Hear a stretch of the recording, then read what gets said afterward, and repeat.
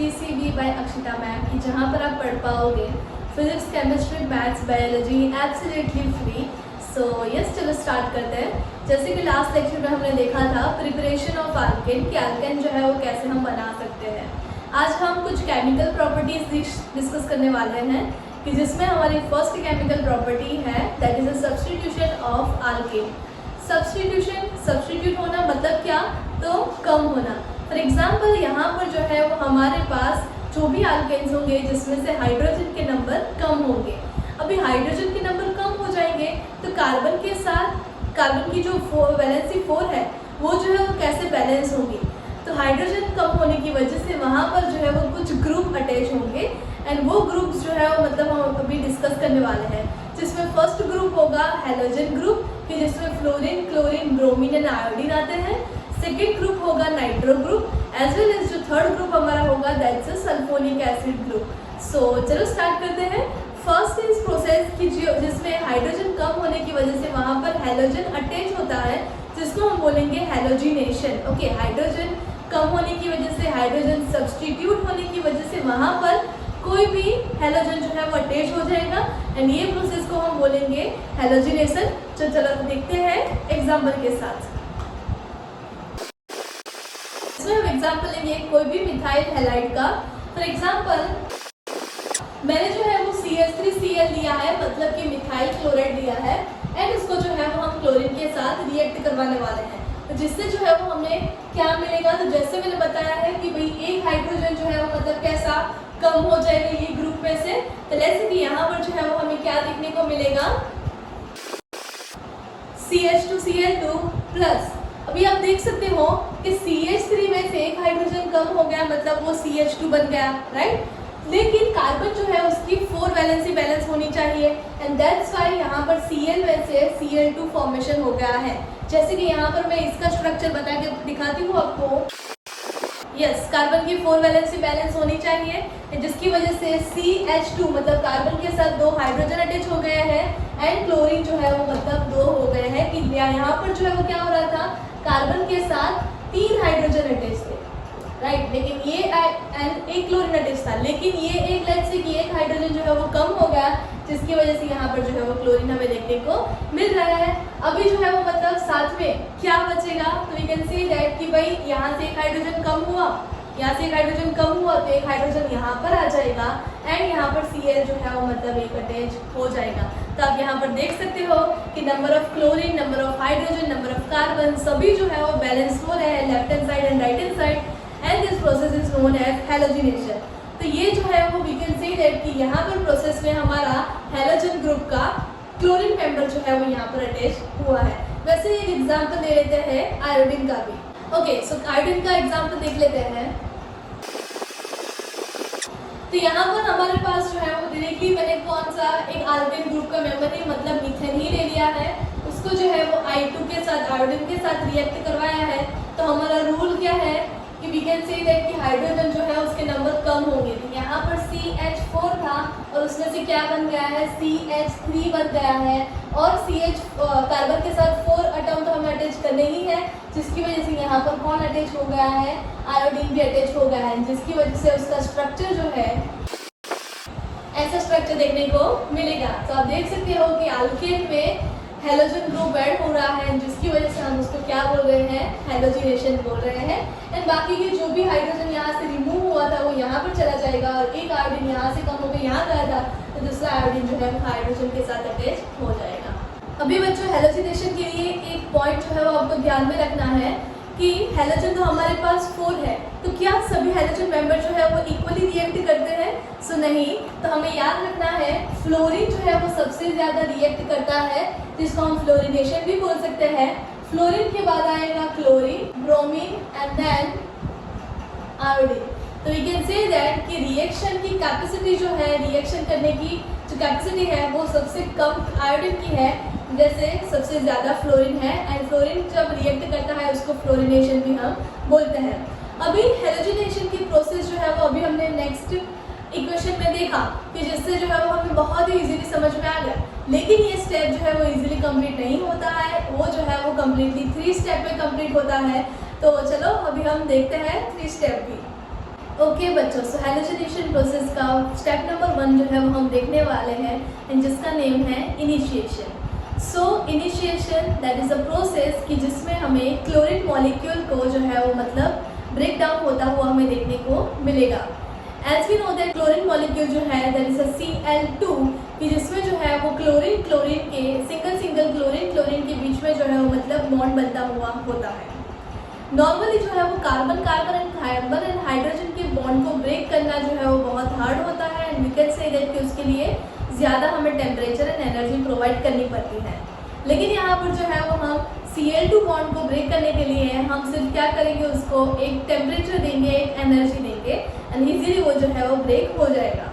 So first step that's initiation step कि जिसमें हमें देखने को मिलेगा Cl2 मॉलिक्यूल है, Cl2 मॉलिक्यूल की जिसको हम Cl बॉन्ड Cl ऐसे भी लिख सकते हैं। तो Cl बॉन्ड Cl को ब्रेक करेंगे और ये बॉन्ड जो है वो ब्रेक होगा एंड उसके लिए हमें थोड़ा बहुत जो है वो हीट देना कर पड़ेगा एंड जिसकी वजह से हमें क्लोरीन के 2 फ्री रेडिकल्स हमें देखने को मिल सकते हैं। अब यही 2 फ्री रेडिकल्स जो है वो बारी बारी से जो है वो अल्किन ग्रुप के साथ रिएक्ट करेंगे एंड जो प्रोसेस जो है वो हमारा सेकेंड पॉइंट है कि जिसको हम बोलेंगे propagation. Okay, so second point है हमारा हैलोजिनेशन कंप्लीट करने के लिए दैट्स अ प्रोपोगेशन। प्रोपोगेशन में हमें देखने को क्या मिलेगा कि जैसे आगे क्या बना हुआ था, क्लोरीन के फ्री रेडिकल बने हुए थे, वो जो है वो यहाँ पर अल्किन ग्रुप के साथ अट्रैक्ट होंगे एंड रिएक्शन करना चाहेंगे।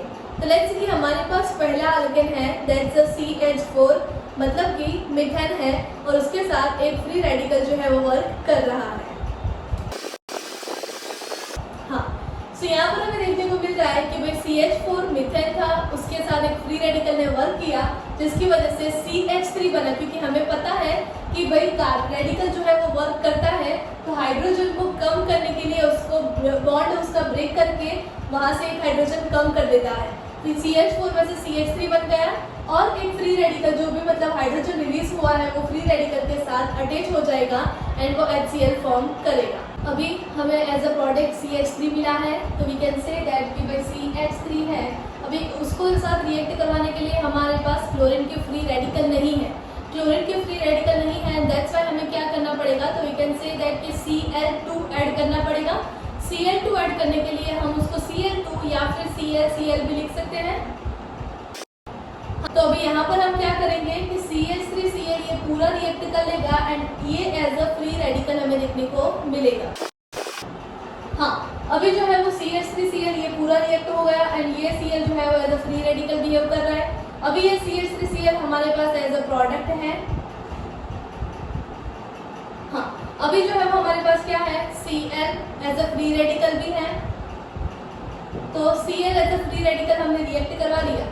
तो फ्री रेडिकल का फंक्शन क्या होता है, हाइड्रोजन को कम करना एंड दैट्स वाई जो है वो यहाँ पर CH3 में से एक हाइड्रोजन कम हो जाएगा और ये Cl जो है उसके साथ हाइड्रोजन को अटैच करवा देगा।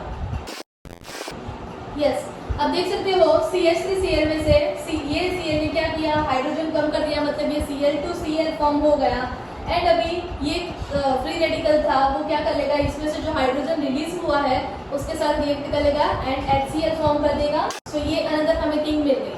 अभी हमारे पास बचा क्या है, CH2Cl, लेकिन हमारे पास अगेन कोई फ्री रेडिकल नहीं है जिसकी वजह से हमें क्या करना पड़ेगा और जो है वो Cl2 ऐड करवाने पड़ेंगे एंड Cl2 को हम ClCl ऐसे भी लिख सकते हैं। लेट्स से कि CH2Cl है उसके साथ Cl ऐड हो जाएगा तो ये एज अ फ्री रेडिकल बच जाएगा।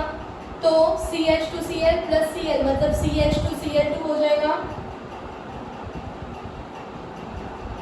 CH2 एंड ClCl तो CH2Cl2 होगा, लेकिन ये अब जो है वो एज अ फ्री रेडिकल बच जाएगा। ये एज अ फ्री रेडिकल बच गया तो अगेन जो है वो मतलब आपकी बुक में, आपकी NCERT बुक में जो है वो इतना ही दिया गया है, लेकिन आगे हम जो है वो इजीली कर सकते हैं बिकॉज CH2Cl2 बचा है हमारे पास और वो जो है वो एज अ फ्री रेडिकल है तो हम जो है उसके साथ भी रिएक्ट कर सकते हैं and that's why we get, as we know that कि फ्री रेडिकल है, फ्री रेडिकल का क्या होता है, काम क्या होता है, एक हाइड्रोजन को कम करना। तो यहाँ पर से एक हाइड्रोजन और जो है वो कम हो जाएगा, तो वी गेट CH2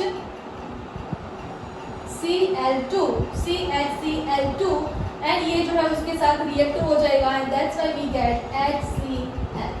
ओके, तो यस ऐसे ही जो है वो हम आगे जो है वो बहुत सारे स्टेप्स में ये प्रोसेस को कंप्लीट कर सकते हैं एंड आप देख सकते हो एज अ प्रोडक्ट हमेशा जो है वो एक एक हाइड्रोजन जो है वो मतलब कैसा कम होता जा रहा है।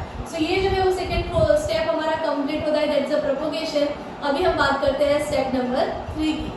Okay, so last step number 3 जिसमें हमें जिसका नेम है सबसे पहले तो टर्मिनेशन, जिसमें हमें बताया गया है कि आफ्टर सम टाइम ये रिएक्शन जो है वो मतलब स्टॉप हो जाता है। जैसे हमने लास्ट प्रोडक्ट देखी थी वैसे जो है वो मतलब थोड़े बहुत स्टेप्स के बाद ये रिएक्शन जो है वो स्टॉप हो जाएगा, रेडिकल्स जो है वो खत्म हो जाने की वजह से।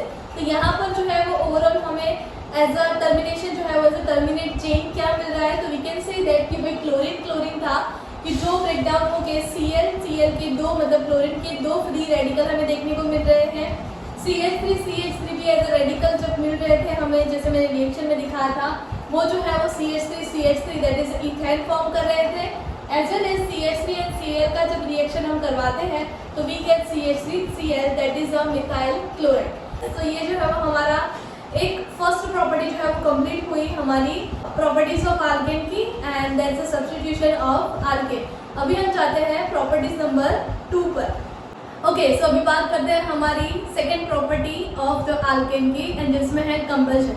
कंबशन मतलब कोई भी थिंग को जो है वो बर्न करना, उसको जलाना, राइट। एंड जिसकी वजह से हमें पता है कि भाई ये गैस इवोल्यूट होता है, कुछ एनर्जी जो है वो इवोल्यूट होती है जिसको हम बोलते हैं carbon dioxide gas, as well as कुछ जो है वो वाटर वेपर भी जो है वो फॉर्मेशन हमें देखने को मिलेगा। तो चलो देखते हैं कि अगर हम कितने नंबर ऑफ कार्बन वाले आल्केन को यूज करते हैं तो हमें जो है वो CO2 एंड H2O जो है वो कितने मिलते हैं। तो उसके लिए एक मज़ेदार फॉर्मूला है कि जिससे जो है वो आप कोई भी नंबर वाला आपके पास आल्केन हो तो उसके जो है वो number of H2O and CO2 आपको मिल सकते हैं। तो चलो मैं यहाँ पर पहले इक्वेशन लिख देती हूँ, उसके बाद एक्सप्लेन करते हैं। ओके, सो यहाँ पर मैंने कंबशन का फॉर्मूला लिख दिया है कि जिसमें जो है वो अभी n की वैल्यू जो है वो मतलब नंबर ऑफ कार्बन की वैल्यू होंगी और वो रख के हम जो है वो एक फॉर्मूला एक या दो एग्जाम्पल जो है वो मतलब देखेंगे तो उससे जो है वो आपको कंसेप्ट जो है वो अच्छे से क्लियर हो जाएगा। तो लेट्स से कि फर्स्ट इक्वेशन में हमारे पास n की वैल्यू जो है वो मतलब कितनी है, 1 है। n की वैल्यू 1 है मतलब हमारे कार्बन की वैल्यू कितनी है, 1 है। तो उससे ही जो है वो हमें हर एक जगह पे n जहाँ दिख रहा है आपको वहाँ पर हमें क्या लिखना है, 1 लिखना है। ओके, सो चलो देखते हैं CnH2n+2 that is formula of Alcaine. Okay, तो 1 नंबर एक कार्बन वाला आल्केन कौन सा होता है, मीथेन, तो वो तो हमें पता ही है। तो हम CH4 कर लेते हैं। हाइड्रोजन के नंबर कैसे आए, 2n+2 मतलब 2 1 2 + 2 that's a 4 number plus 3n+1/2। Oxygen हमें बर्न करने के लिए ऑक्सीजन चाहिए ही चाहिए, ऑक्सीजन के बिना जो है वो किसी भी कंबशन नहीं हो पाएगा, राइट। तो ऑक्सीजन कितने हम लेंगे, तो 3n+1 लेंगे। 3n+1 जैसे कि n जो है वो कितना है, 1 है, तो 3 1 3 3 + 1 4 4/2। तो 4/2 हमने क्या लिया है, ऑक्सीजन लिया है। 4/2 ऑक्सीजन है जिसको हम 2 2 4 लिख सकते हैं एंड दैट्स व्हाई जो है वो हम यहाँ पर जो है वो ऑक्सीजन कितने ले सकते हैं, 2 ऑक्सीजन ले सकते हैं। आफ्टर दैट जो है वो मतलब CO2 कितने मिलेंगे, तो अगर n = कार्बन 1 लिया है ना तो CO2 भी कितना मिलेगा, एक ही मिलेगा। n = 1 है तो 1 ही मिलेगा, that's why we can say that it's a CO2 only. And यहाँ पर हाइड्रोजन कितने मिलेंगे, n+1 मिलेंगे। n हमने 1 लिया है तो 1 + 1 मतलब 2, तो वी कैन से दैट कि यहाँ पर हमें 2H2O मिलेंगे। तो ये हमारा जो है वो बेस्ट एग्जांपल, फर्स्ट एग्जांपल हो गया। अनदर एक और ट्राई करते हैं। लेट्स से कि हमारे पास नंबर ऑफ कार्बन 4 है, राइट। तो 4 कार्बन के लिए हम क्या करेंगे, C4। हाइड्रोजन कितने हो जाएंगे, यहाँ पर 4 रखेंगे तो 4 2 8 8 + 2 10। 4 कार्बन वाला 4 कार्बन वाला आल्केन मतलब कौन सा हो जाएगा, ब्यूटेन। आंसर ही बोल दिया था मैंने, ठीक है। ओके, सो ब्यूटेन हो गया प्लस कितने ऑक्सीजन के साथ रिएक्ट करवाओगे, तो let's see carbon, number of carbon हमने क्या लिया है 4 लिया है, मतलब n इज इक्वल टू यहाँ पर क्या है, ये सेकंड इक्वेशन में n इज इक्वल टू 4 है।